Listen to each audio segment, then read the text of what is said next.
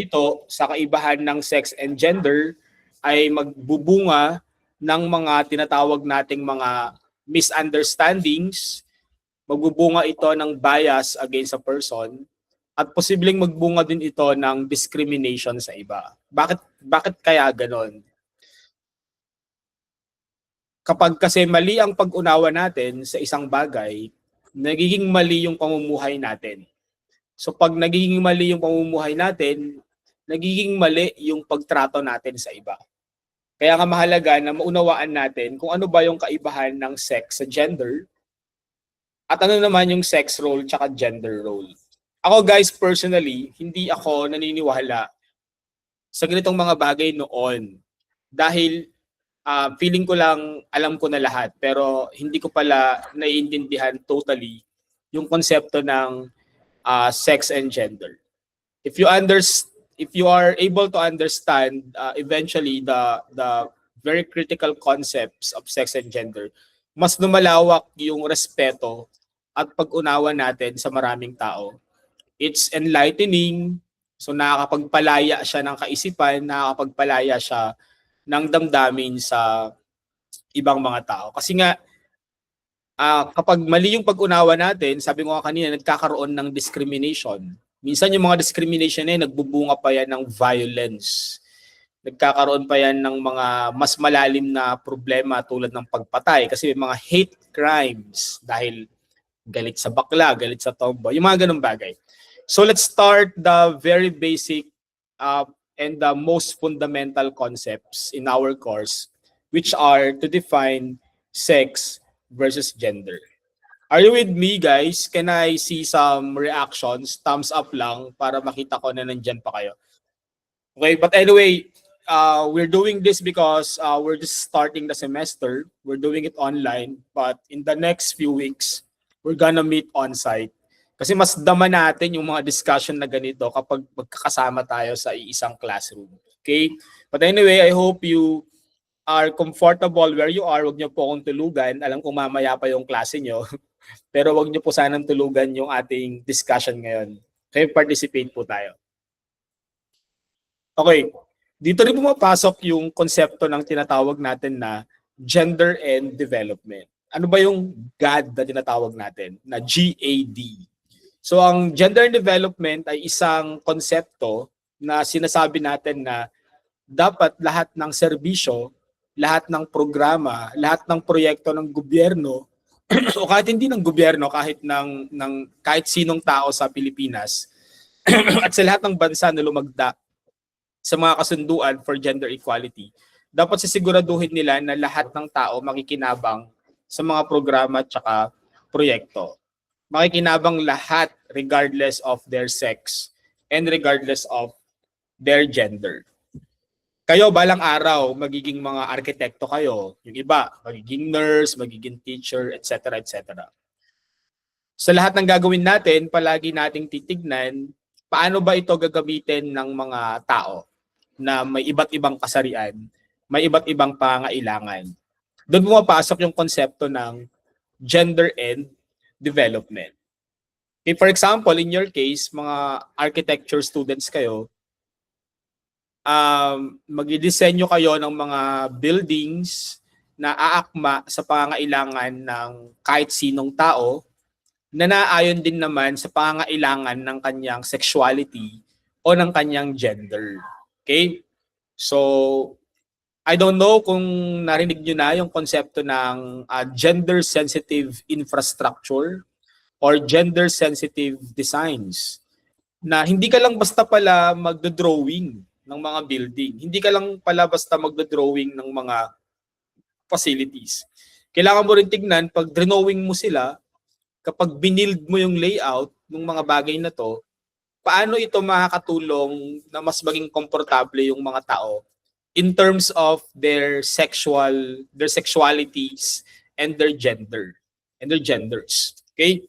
So that's the broad concept of what we call as gender and development.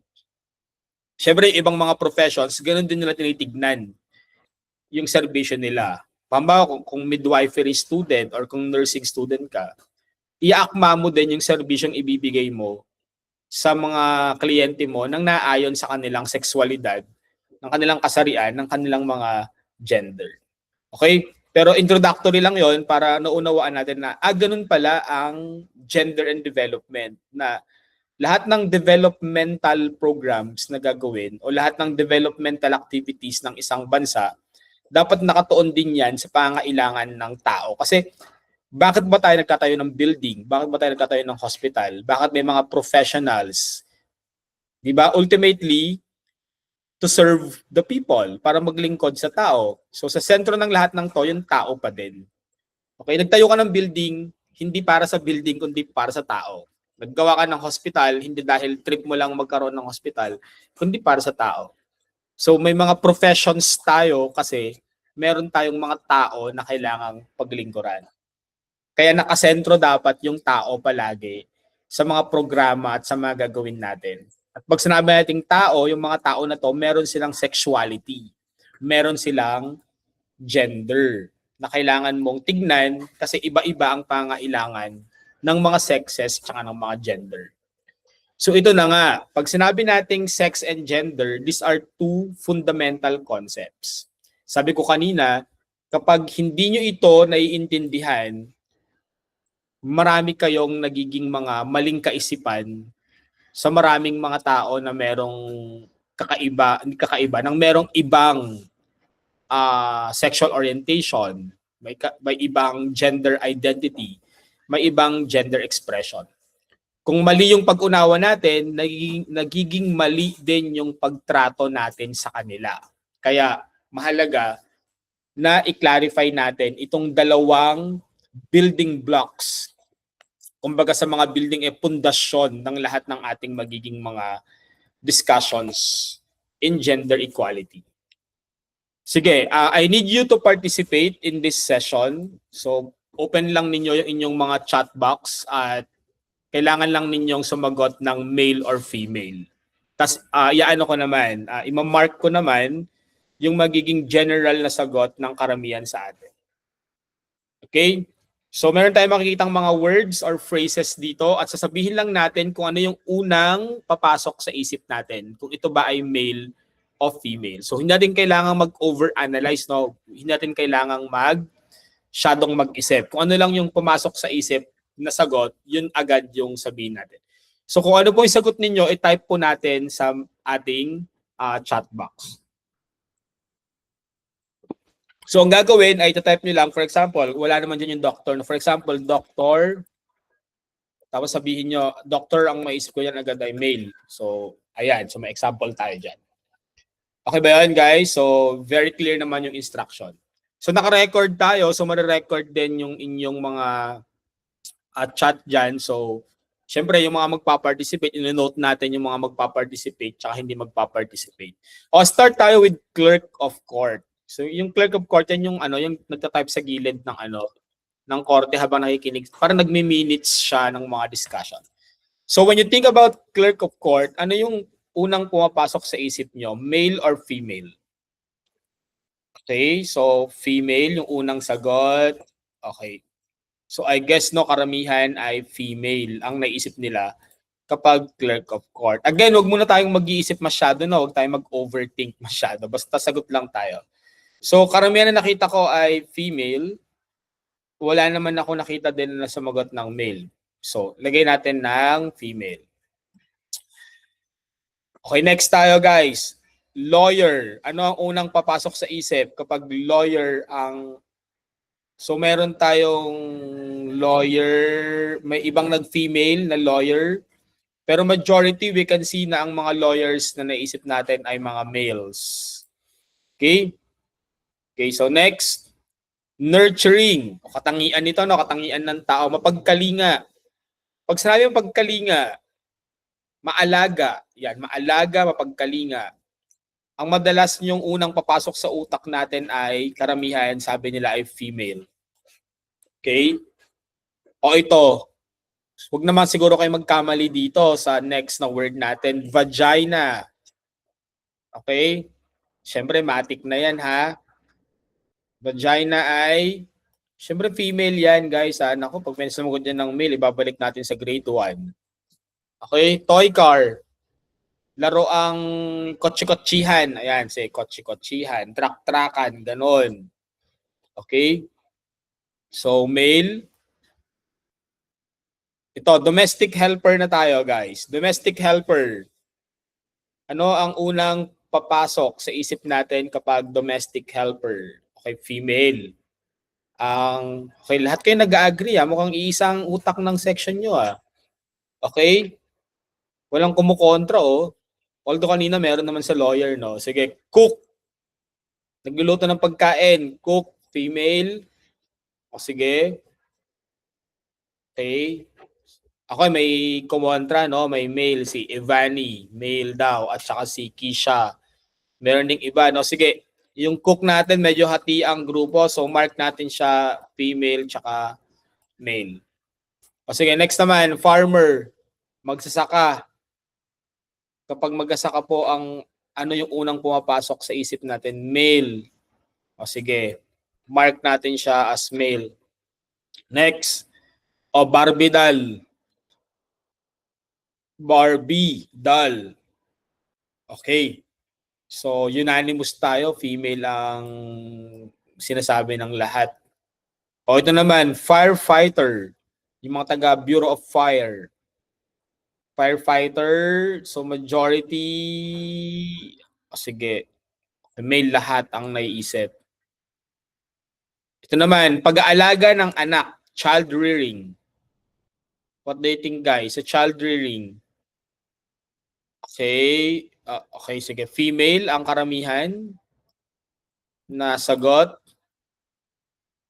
O ito, baka magkamali pa kayo ha. Penis.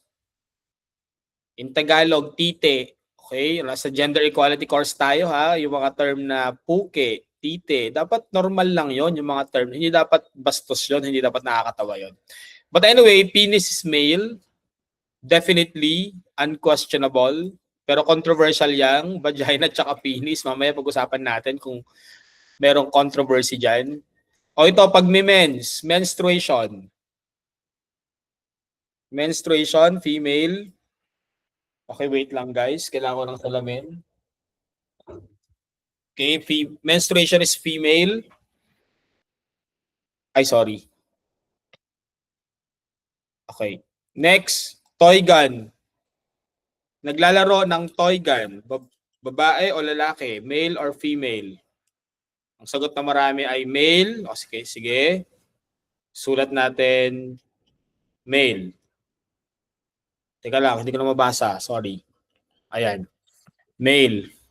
And then, sige nga daw, construction worker. Ano ang unang pumapasok sa isip pag construction worker? Wala bang kukontra dyan? Construction worker na female? Pero ang una talaga nating may isip, di ba, male talaga. Naglalako ng isda, fish vendor. Male or female ang unang pumapasok sa isip natin? Female. Sibilisan na natin, baka maubos oras natin. Pagpapasuso ng anak, breastfeeding.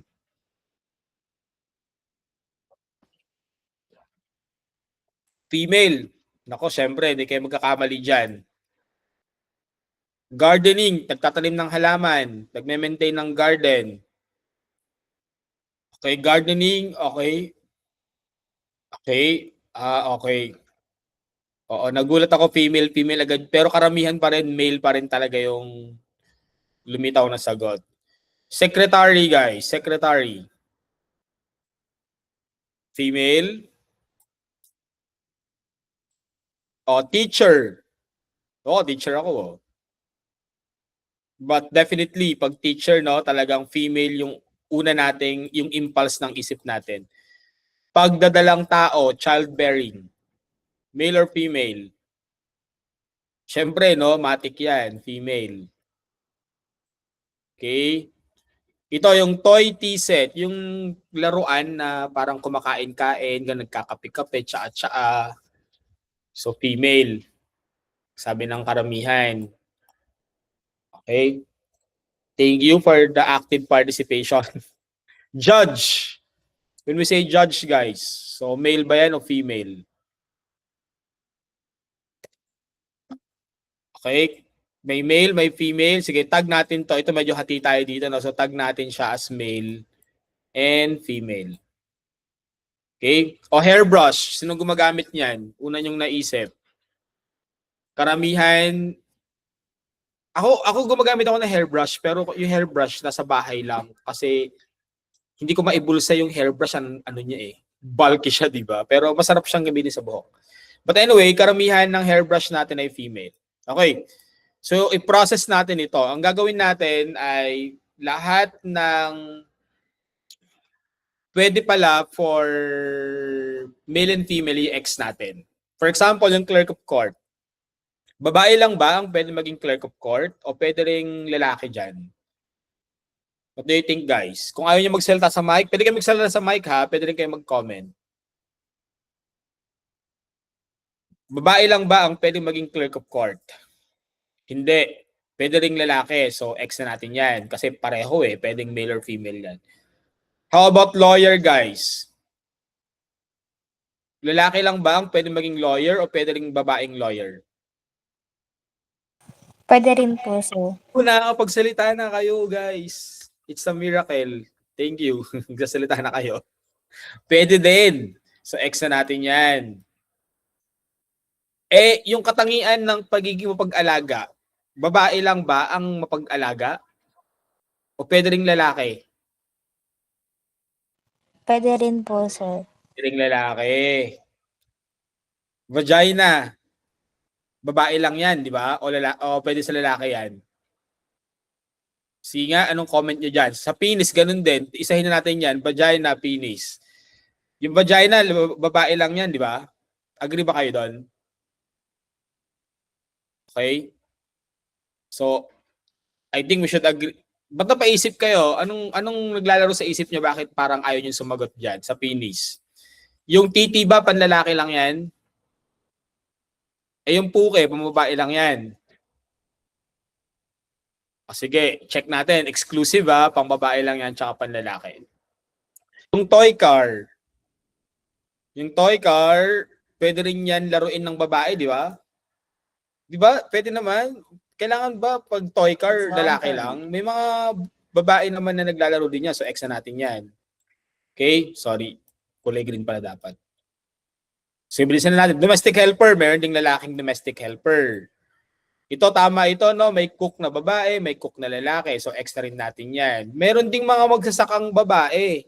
Hindi lang lalaki ang magsasaka. Meron din yan. Meron ding mga fish vendor na lalaki.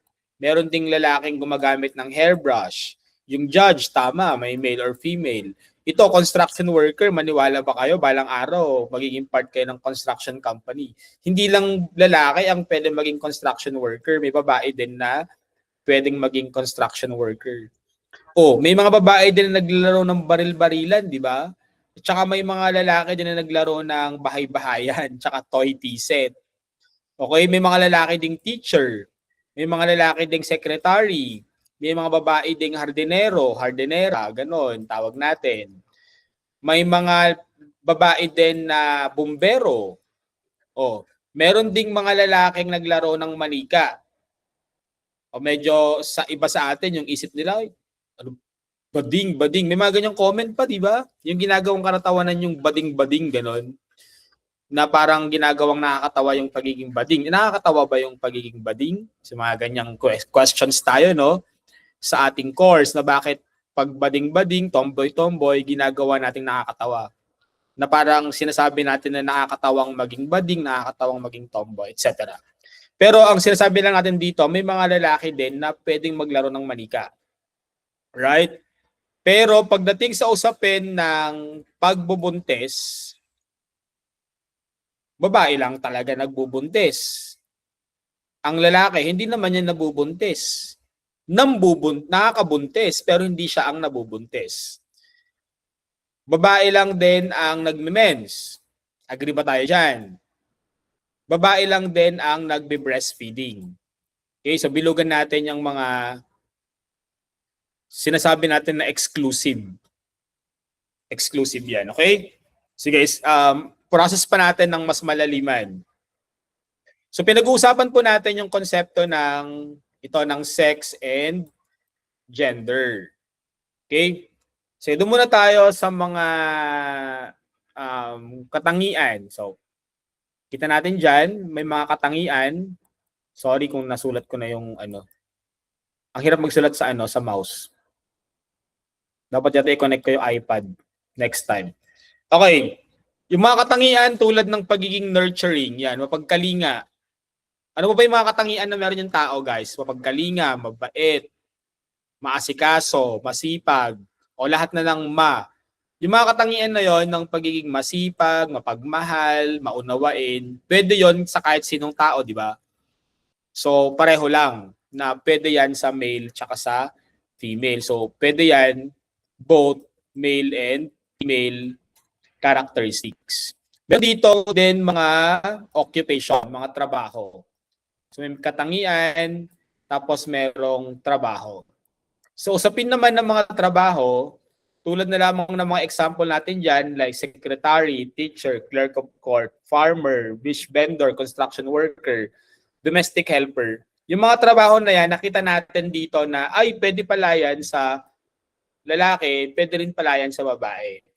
Although, yung isip natin ngayon, di ba, oh, babae ka, dapat mag-nurse ka. Oh, lalaki ka, dapat mag-engineer ka.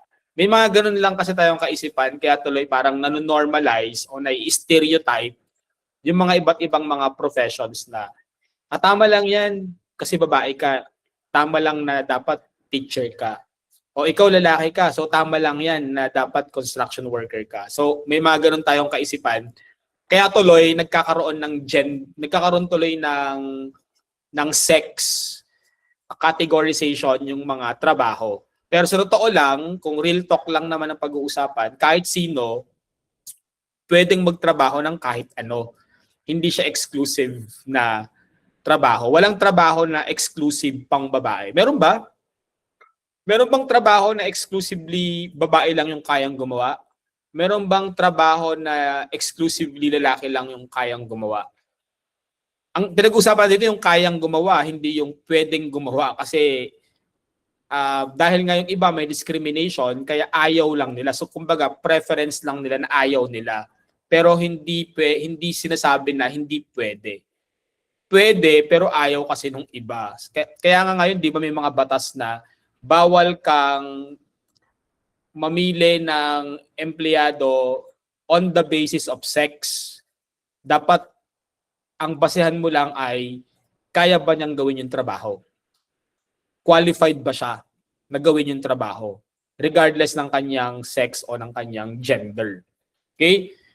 So, ang mga katangian, lahat pwede sa tao. Yung mga trabaho, lahat pwede sa tao. In terms of abilities naman, parang wala tayong mga abilities dyan eh. Pero parang meron yun. Siguro yung mga kakayahan na general tulad ng, ano ba? Sige, ano lang pala, gawaing bahay yan. Gawaing bahay. Kasi ability, may mga ability na pwedeng pang babae lang talaga, tulad ng yung kakayahan na manganak, babae lang yon. Pero yung kakayahang magmahal, di ba? Lahat tayo pwede natin gawin yon. Yung kakayahang tumulong sa iba, lahat yon pwedeng gawin ng male tsaka female. Yung gawaing bahay naman, GB, gawaing bahay, wala kasi dyan eh. Tulad ng pagsasaing, babae lang ba ang kayang magsaing?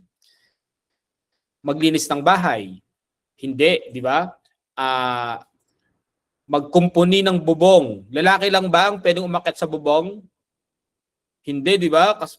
Kaso lang may mga comment kasi yung mga tao na, ay nako, kababae mong tao, umakyat ka ng bubong. May mga ganun kasi, no? So, kaya nalilimitahan tuloy yung mga tao na gawin, yung mga pwede naman nilang gawin dahil lang sa dikta ng lipunan sa kanila. So, more of that later. So, pagkasyahin natin yung time. So, meron tayong katangian, trabaho, abilidad, mga gawaing bahay. Okay? May mga, sabi ko kanina, may mga abilidad na pwede sa, let's use the red pen. Sabi ko kanina, may mga abilidad na pwede both, pero may mga abilidad na hindi pwede. or merong mga katangian na hindi pwede sa lahat. Tulad na lamang ng pagkakaroon ng vagina. Ang pagkakaroon ng vagina at saka penis ay exclusive for male and female. For example, yung male, siya lang yung pwedeng magkaroon ng penis. Yung female, siya lang yung pwedeng magkaroon ng vagina. Okay? Hindi pwedeng magpalit-palit.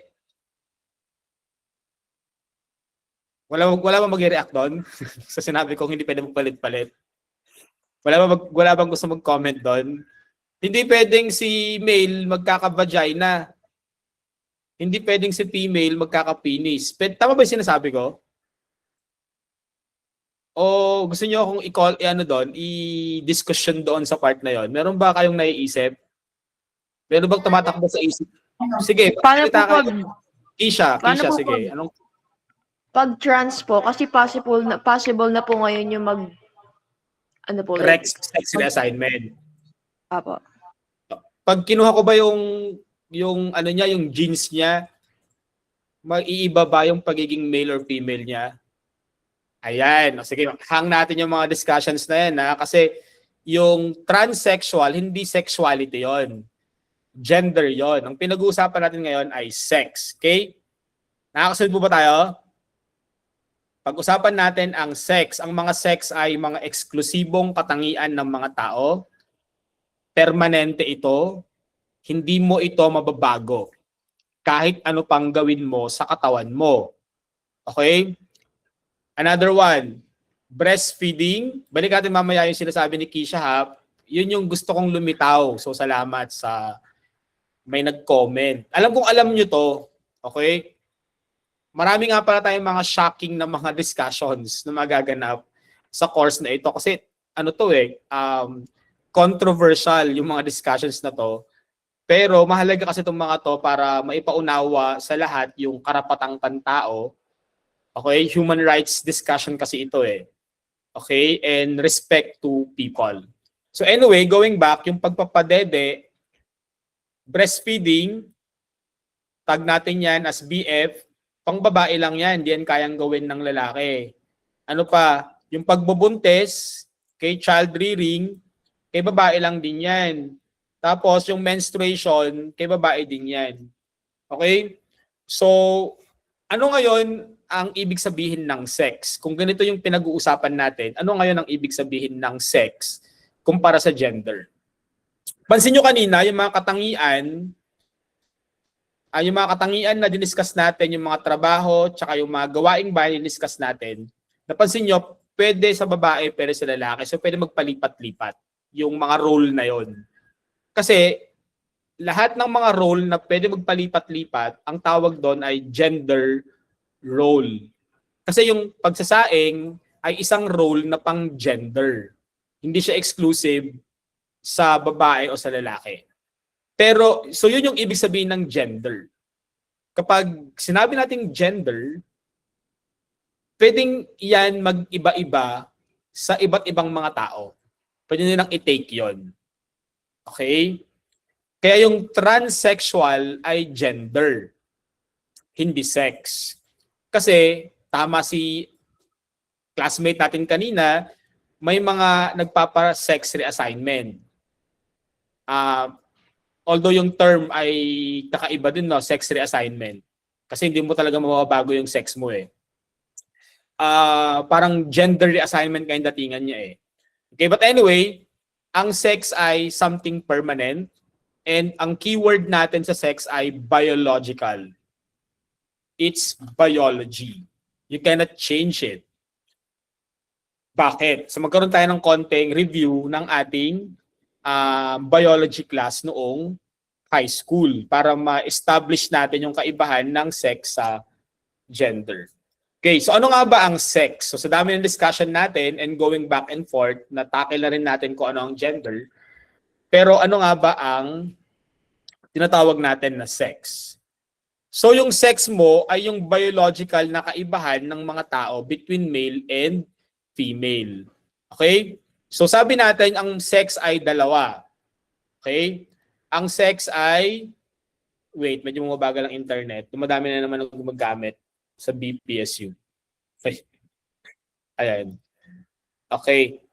So, susulat lang tayo ulit sa monitor. So, pag sinabi nating sex, ang term na gagamitin ay, tandaan guys ha, ang term na gagamitin ay male and female. Okay? Tapos biology ang differences dyan. Pero ang tanong, dalawa lang ba ang sex, male or female lang? Sino nagsasabi, naniniwala na ang sex dalawa lang, male tsaka female? Okay? So based sa ating discussion dito, ang ating sex ay pwedeng male, pwedeng female, at may tinatawag din tayong intersex. Okay, ano tong mga intersex na to? Kung yung male tsaka female, meron silang biological characteristics. Si intersex, ano kayang characteristics ang meron siya, biologically speaking? Okay, so jump tayo ng konti doon sa mga sex chromosome. Paano ba nagiging male o paano ba nagiging female ang isang tao? So sa ating biology class, discuss natin noon, alam natin, science ito.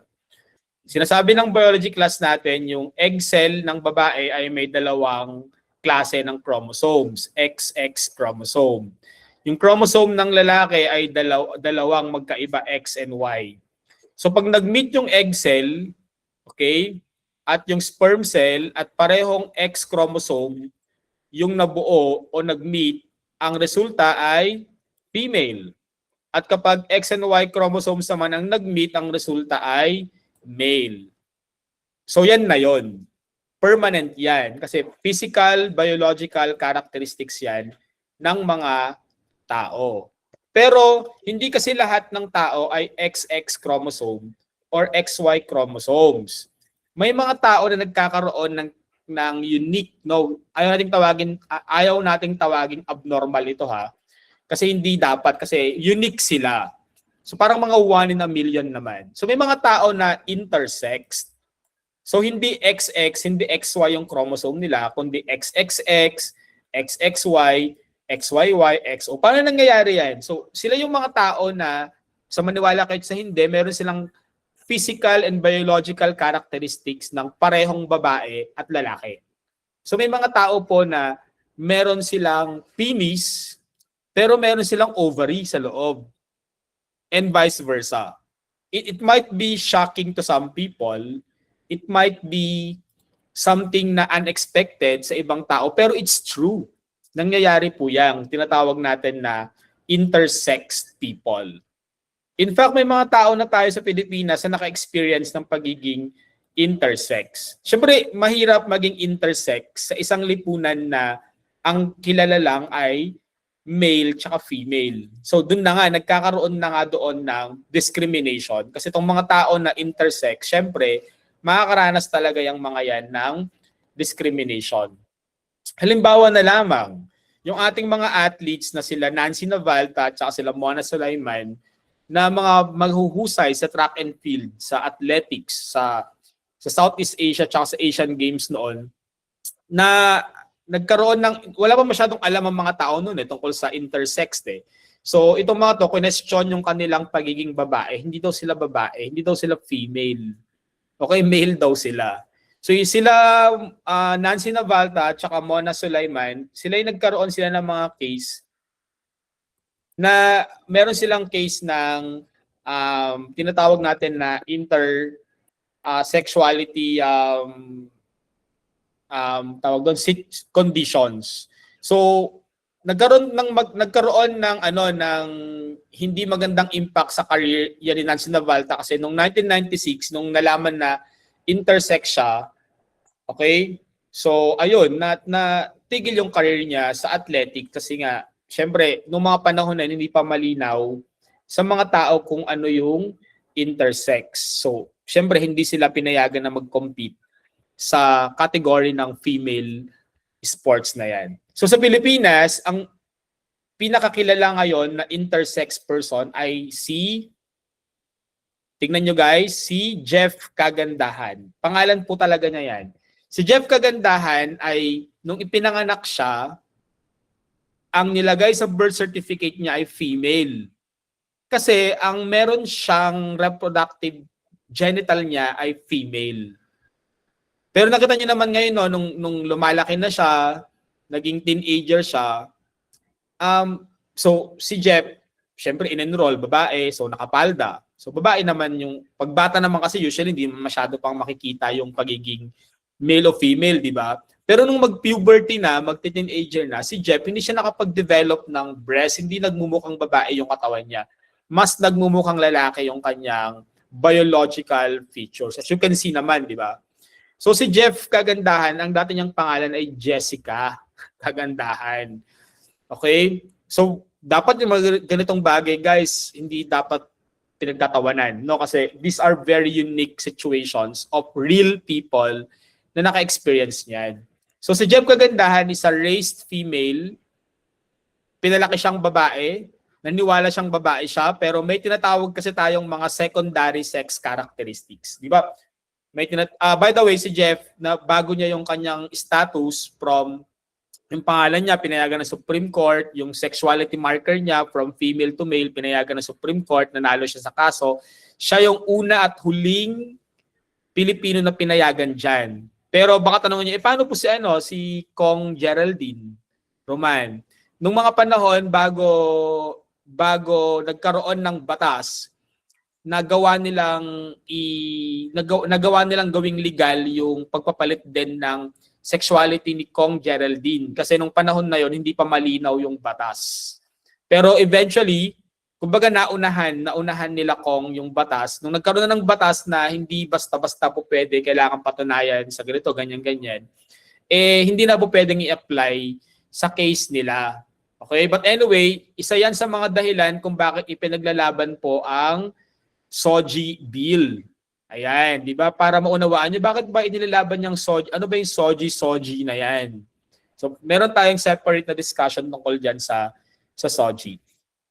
Are you still with me, guys? Nandiyan pa ba kayo? Nakikinig po ba tayo? Mahalagang maunawaan natin itong mga bagay na to para hindi tayo namamali ng judgment sa ibang mga tao. So, pa rin yung YouTube si Jeff Kagandahan, siya ang presidente ng Intersex Philippines ngayon at siya din ang presidente ng Intersex Asia. Yan, so nangunguna ang Pilipinas sa pag-organize para sa karapatan ng mga intersex people. Kasi marami na silang discrimination na dinanas. Imagine kung ikaw yung bata na yan, na lumalaki ka, babae ka, tapos nung high school ka na, nagmukha kang lalaki, wala kang dede, for example. Imagine na lang yung pambubuli, tsaka yung pang-aasar ng mga tao sa paligid mo that will affect you mentally, psychologically, and yung self-esteem mo, di ba? Syempre, ang laki-laking epekto nun sa pagkatao mo. Kaya hindi naman biro yung pagdaraanan ng mga taong nakakaranas ng intersexuality. Intersex pa lang yan, hindi pa natin pinag-uusapan yung karanasan ng mga LGBT, yung karanasan ng coming out ng mga tao, etc. Pinag-uusapan pa lang natin dito yung konsepto ng sex at saka ng gender. Okay? So sabi ko nga kanina, may mga part kasi ng sexuality ng tao na obvious. Yun yung tinatawag natin na primary sex characteristics. Ito yung mga obvious na makikita sa katawan mo. Nung pinanganak ka, makikita na yan. For example, pag babae ka, nung pinanganak ka, kita ka agad. May vagina ka. May penis ka. So primary sex characteristics yon. Pero may mga katangian yung sexuality ng tao na lumilitaw later na lang. Sa puberty na. Pagpa-teenager ka na. Okay? So don't forget, primary sex characteristics, yan yung nandyan na, obvious ka agad. Tapos yung mga secondary sex characteristics na hindi pa agad yan nakikita, hindi pa agad yan lumilitaw. Kaya sa totoo lang, mali yung sinasabi natin na gender reveal. 'Di ba? I'm sure narinig niyo na kung ano yung gender reveal, 'di ba? Tama ba na i-gender reveal ang isang bata o dapat sex reveal? Dapat sex reveal kasi ang nire-reveal natin yung pagiging boy or girl niya. So biology lang, sex lang. Ang nire-reveal lang kung may tite o may puke yung bata, hindi siya gender. Kasi yung gender iba yun eh. Yung gender hindi ikaw ang magde-decide sa tao. Ang gender ang magde-decide dyan yung tao mismo. Kaya bang mag-decide ng isang sanggol kung ano ang gender niya. Kaya mali yung gender reveal. Ang tamang dapat na term ay sex reveal. Parang pangit sa pakinggan, di ba? Pero like any other development in language, alam naman natin ang wika ay nagbabago, tsaka yung kahulugan niya ay nagbabago depende sa mga taong gumagamit. Over time, kung lahat tayo i-accept natin yung term na sex reveal, may itatama natin yung concept. Kasi guys, powerful ang words. Ang mga salita, pwede yan mag-discriminate, pwedeng magturo ng mali. Kaya dapat i-correct natin yung mga lengguwahe natin. Tulad ng gender reveal, mali yan. Dapat sex reveal yung gagamitin natin. So again, no, meron tayong primary and secondary sex characteristics, yung obvious tsaka yung later. So ito na nga yung ating mga primary sex characteristics. As you can see, no, alam naman ninyo yan, no? Reproductive organs ng isang tao. Yun namang mga secondary sex characteristics, ito naman yung mga lumilitaw nung mag-teenager ka na. So lumalaki yung katawan, lumalapad yung balikat, nagkakaroon ng suso, nade-develop yung penis, yung ovaries, nagpa-function na, nagme-mens, nagki-create na ng sperm, etc. Yung isang babae at saka yung isang lalaki. Ang tawag natin dito ay mga secondary sex characteristics. So, alam kong gets na gets nyo yan. So very basic yan sa ating mga biology classes. So yung ating male or female, may mga gamit sila. So yung sperm sa lalaki, ovule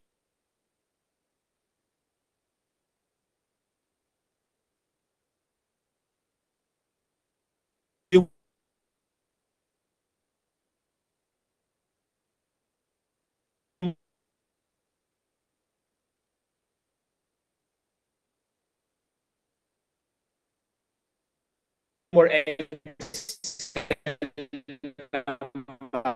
sa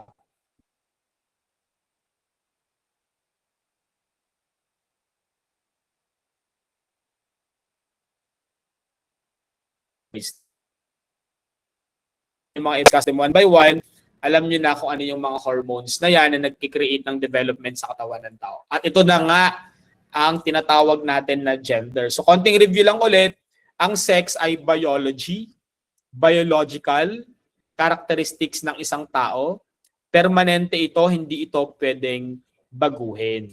So yung pag sinabi naman nating gender, iba na to. Ito na yung sinasawag ninyong mga LGBT, lesbians, gay, transsexual, bisexual, etc. etc. Gender yon. Okay? So ganito yung gawin natin para mas klaro yan. Okay. So sabi natin kanina, sex, male, female.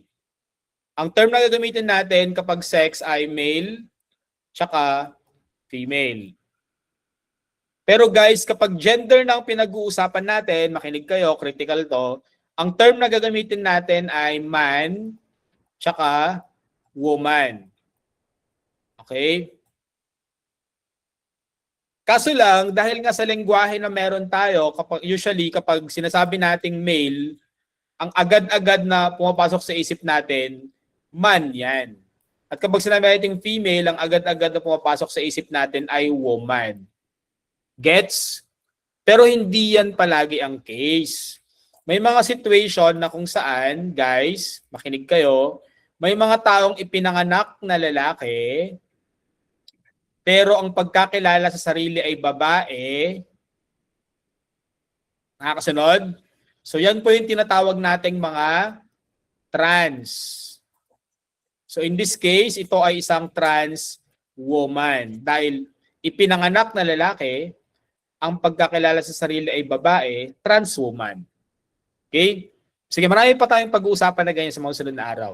May mga tao naman na ipinanganak na babae, ang pagkakilala sa sarili ay man, lalaki. So trans pa din. Pero siya naman ay trans man. Example, si Rustom Padilla, ipinanganak na lalaki. May titi yan. Kahit pa i-microscope natin yung katawan niyan, lalaki yan. XY ang chromosome niyan. Kahit humaba pa ang buhok niya, kahit lumaki pa yung dede niya, magmukha pang babae yung katawan niya, at the microscopic biological level, lalaki pa din si Rustom. Si Bibi Gandanghari ay sexually speaking male. Pero ang gender niya ay woman. So babae na siya in terms of gender. Mahirap kasi pag Tagalog, no? Parang babae, babae, lalaki, lalaki. So pag English, sex, male. Ang sex ni Rustom, male. Kasi biological yan, pero woman siya. Sa female case naman, si Charis Pempenko, pinanganak na babae, may vagina siya, XX chromosome, nagme-men siya, kahit pa anong gawin niya sa katawan niya, biologically, babae pa din siya. Pero dahil nga may concept tayo ng gender, kinikilala natin yung gusto ng isang tao na ano siya sa pagkakilala niya sa sarili niya, yung nararamdaman niya sa sarili niya. So trans man si Charis Pempenko na ang pangalan niya ngayon ay, ano na ang pangalan ni Charis? Ano na guys pangalan ni Charis ngayon? Nag-iba na siya, di ba? So wala na si Charis. So si Rustom, hindi na siya si Rustom, siya na si Bibi Gandang Hari. Si Charis naman ay nag-iba na rin siya ng pangalan. Siya lalaki, Jake Cyrus, salamat. Hindi ako masyadong updated na sa. So, nagigets natin yung kaibahan ng sex sa gender. So, ang sex ay permanent. Sex is permanent. Gender is not permanent. It's fluid. Pwede siyang i-take na role ng ibang tao. Okay? So, meron lang akong konting minutes kaya bibilisan ko na yung tinatawag natin na sex role tsaka gender role. Ngayon, dito naman pumapasok yung tinatawag natin na sex. Ano naman yung sex role, sir? Ang sex role ay yung mga role ng tao na exclusive lang sa kanyang sex. For example, ang pagbubuntis, for example, pregnancy, is an example of sex role. Bakit siya sex role? Kasi exclusive yan sa kanya. Babae lang ang pwedeng mabuntis. Ano pa yung mga sex role ng babae? Mabuntis, mag-mens, magpasuso. Okay? Yung mga bagay na yan, sex role kasi hindi yan kayang gawin ng iba. Babae lang ang gumagawa niyan. So kung ang dami-daming sex role ng babae, ano naman yung mga sex role ng lalaki? Meron ba kayo naiisip na sex role ng lalaki? Ako naiisip ko lang, isa lang talaga ang makabuntis . Yun lang halos yung sex role niya.